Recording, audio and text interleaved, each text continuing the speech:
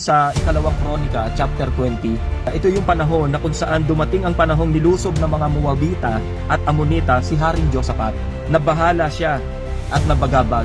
At siya ay sumangguni kay Yahweh at iniutos niya na mag-ayuno ang lahat sa buong Juda.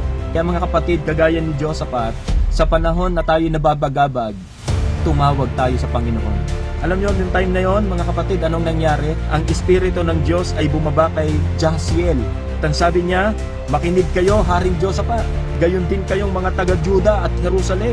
Huwag ninyong sirain ang inyong loob. Huwag kayong matakot dahil sa makapal ninyong kaaway. Ito'y nakikipaglaban niya para sa inyo. Sa verse 17, hindi na kayo kailangang lumaban. Manatili lamang kayo sa inyong pwesto at maghintay. So alam niyo mga kapatid, may mga pagkakataon at bahagi sa buhay natin na parang gusto na nating gawin yung sarili nating paraan. Kapag may problema ka, gusto mo gawin mo na yung sarili mong paraan. Pag nahihirapan ka, gusto mo gumawa na ng sarili mong hakbang. Pero isang bagay lang pala ang kailangan, manatili sa Diyos. And to make the long story short, nagtagumpay si Haring Josaphat dahil sa kanilang pananatili sa Panginoon.